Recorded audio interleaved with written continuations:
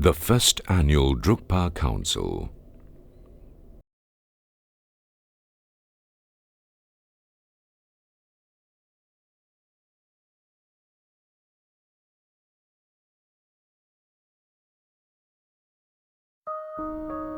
Like the lotus that emerges pristine from the murkiest depths, thus the first ever Annual Drukpa Council springs forth, bringing hope and liberation in a world weary with war, economic uncertainty, and unprecedented pollution.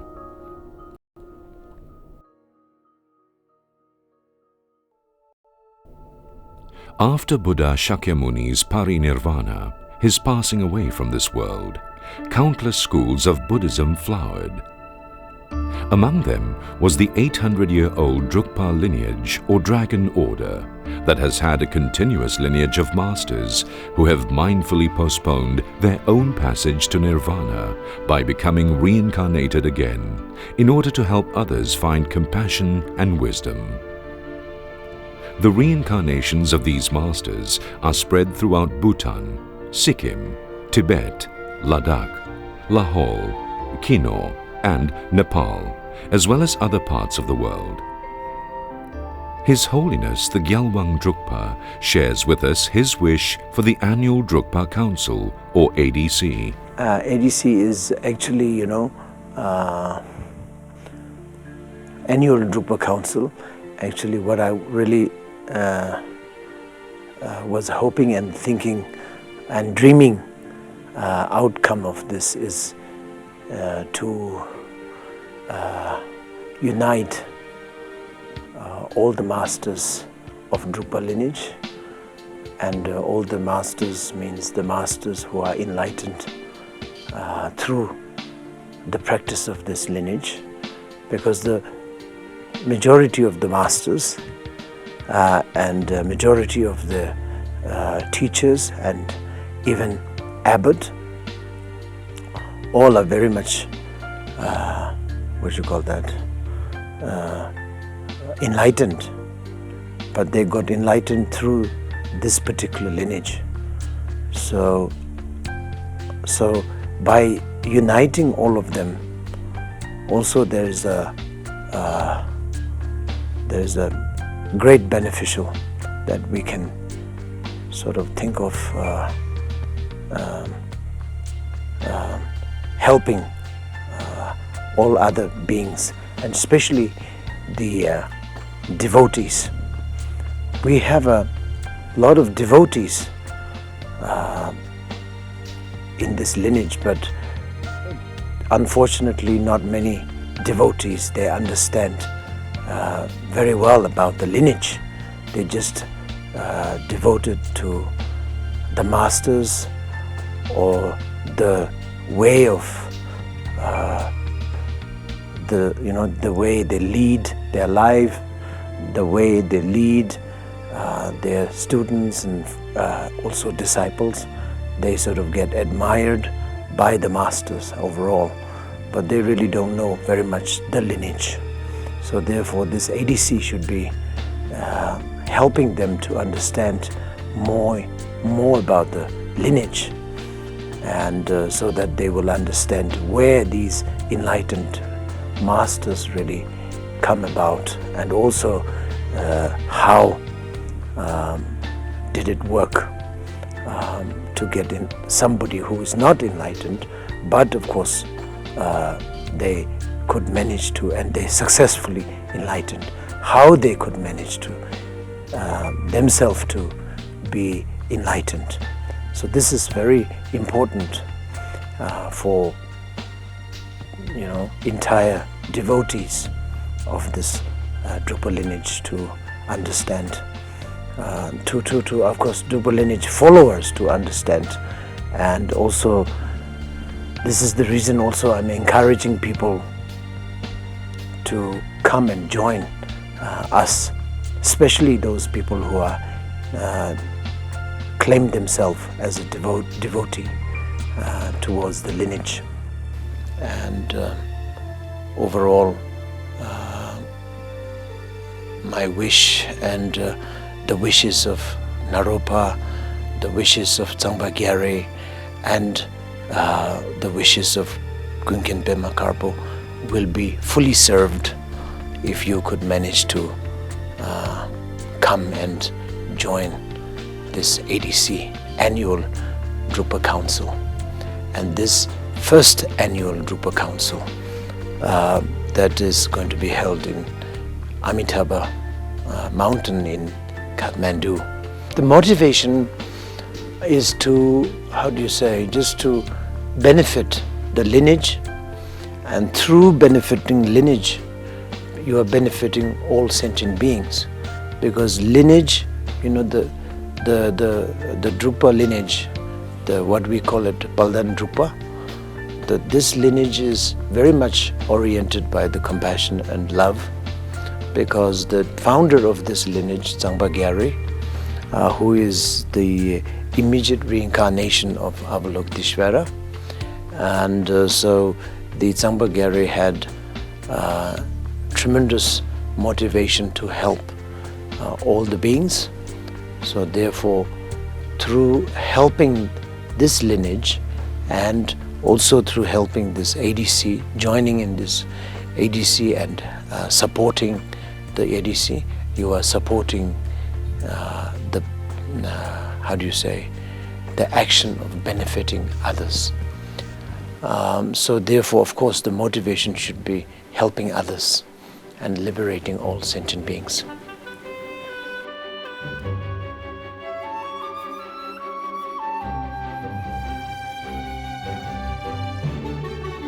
The first ADC took place between the 6th and 15th of April 2009 at Druk Amitabha Mountain, a spiritual sanctuary in the vicinity of the holy self-arising Swayambhunath Stupa in Kathmandu, the capital of Nepal.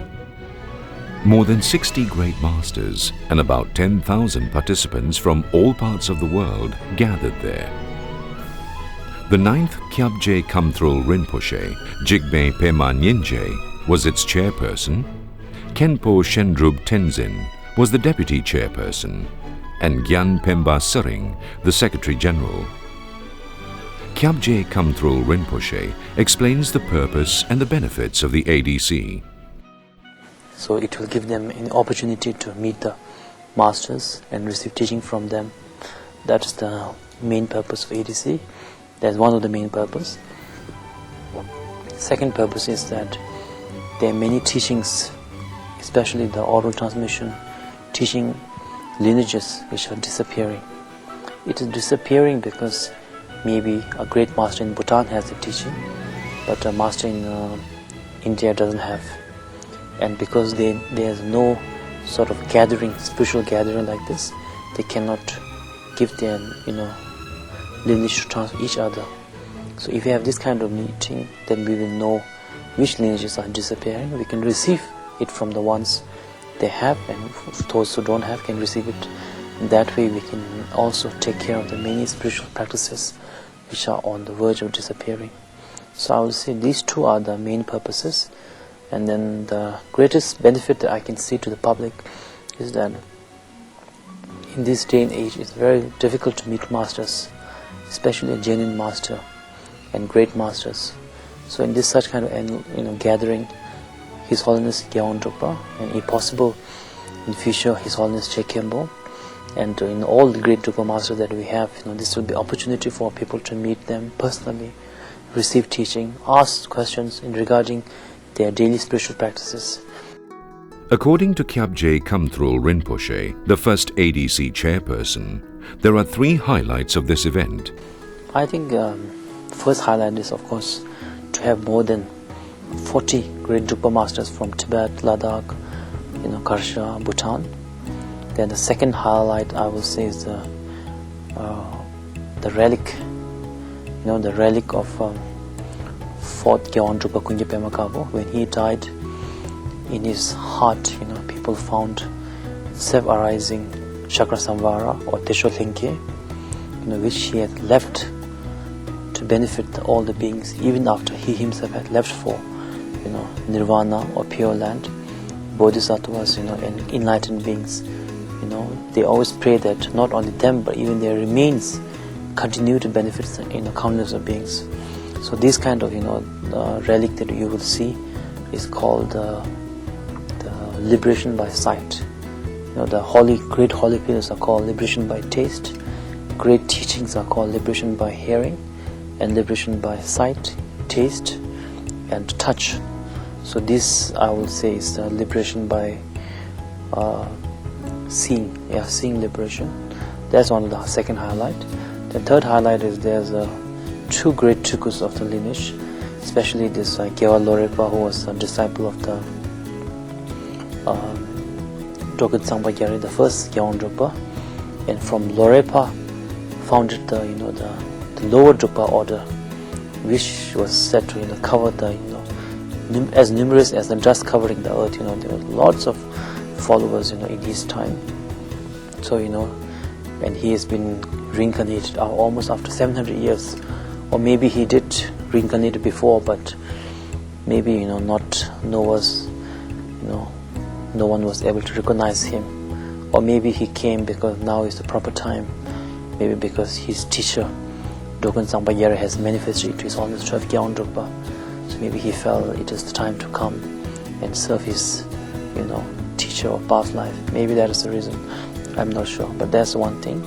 Another thing is Yongdzin Rinpoche, who was also the first Yongdzin, was a disciple of the 4th Gyewan Drukpa Pema Karbo, and he has been continuously reincarnating, and again he has decided to reincarnate to benefit of sentient beings. And this will be, I think, these 3 points I would say will be the highlight of ADC. What sort of motivation should the attendees have when coming to the ADC? Kyabje Kamtrul Rinpoche shares his views. Motivation to improve themselves, improve their life, have understanding of their life, in order to make themselves happy, in order to make the world that we live in happy, peaceful, harmonious. With that kind of motivation, if you come to receive teaching, to any sort of spiritual activity, will be beneficial to you. With wrong motivation, if you come to ADC, of course it will not only be beneficial, it will be harmful to you. So I think the best motivation that you should have is, I think main thing is to benefit others and yourself through Dharma, which can be through the Drukpa lineage. If you are a follower from, if you are, let's say through Dharma, to change your mind, change the way you live, way you think positively, and to benefit the society or the world that where you live. Teachings of the Drukpa lineage, especially the ancient oral transmissions in these far-flung Himalayan regions, have been disappearing under the threat of modernization and a lack of communication. At this council, the vast heritage of spiritual knowledge was shared with all present. We were also very fortunate to have more than 300 volunteers from every part of the world coming together with only one mission in mind: the success of the first ADC. Ashi Kesang Choden Wangchuk, a member of the royal family of Bhutan and the first ADC coordinator, shares with us her views just before the opening of the first ADC. Everyone else probably sees the ADC like in terms of the teachings and things like that. They think it's pretty simple to organize something as big as this, and considering that it's the first event, I think there's a lot of pressure on us to be successful, because the second and third will be much easier. But the first one, there's a very big pressure for us to be successful, and also to fulfill His Holiness's wishes and to make him happy. I think it's very tough for us to do that. Well, considering the past few days that I've been here and I met all of the key persons in the organization, I feel that it will be very successful, because firstly we have His Holiness and His Eminence to motivate us, and also to egg us on when we're being a bit lazy and things like that. And also I think a lot of people really feel sincerely that it should be successful, so if it's felt from the heart, I think it will be. successful in the sense of fulfilling His Holiness's wishes of bringing all the Drukpa masters together, bringing all the participants in terms of making people aware of the Drukpa lineage, in terms of enhancing, in terms of I think His Holiness wished that the Drukpa lineage, there's like some practices that are disappearing or people don't know about. So in terms of creating awareness for that, in terms of spreading the teachings, I think in that way, I hope that it will be successful in that way. We have 30 volunteers currently helping in Bhutan, and hopefully they can all be here and we'll be able to help in the organization, and anything that we can do, we hope that we'll be able to assist there. I guess the highlight would be, of course, meeting His Holiness and meeting His Eminence and all the other Drukpa masters. And another thing is also, it's very rare for us to be able to see the relics that His Holiness is planning to give display on, as well as long life initiations. I think that's a very good opportunity, especially for us Bhutanese. We really appreciate having this kind of opportunity because it's very hard for us to be able to participate in such kind of events. His Holiness was also mentioning about the enthronement of Yongdzin and Loretuku. I think it's very hard to be able to participate, let alone see one enthronement. Having two is, I think, quite a good thing. Exactly 7 months before the first ADC, preparation on the site started. The most impressive structure was the narrow assembly hall, built to host the first ever ADC. It is an iconic structure, not only for the entire Drukpa lineage, but also for Nepal. The ground floor and basement were completed in time for the first ADC, and the entire building, with fully equipped state-of-the-art audio and visual systems, and an additional floor with rooms for conferences, editing, translation and production, will be ready for the second ADC.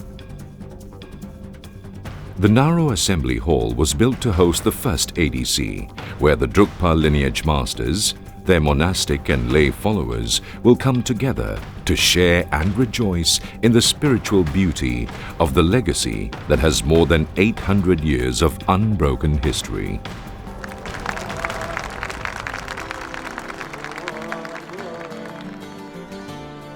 The hall functions as a center for exchanging spiritual knowledge, thoughts and teachings that will eventually help to nourish and strengthen not only the spiritual legacy of the Drukpa lineage, but also the spiritual insights and understanding of those who join in any of these events. In this way, the hall provides twofold benefits. First, for hosting events with the Drukpa lineage that will help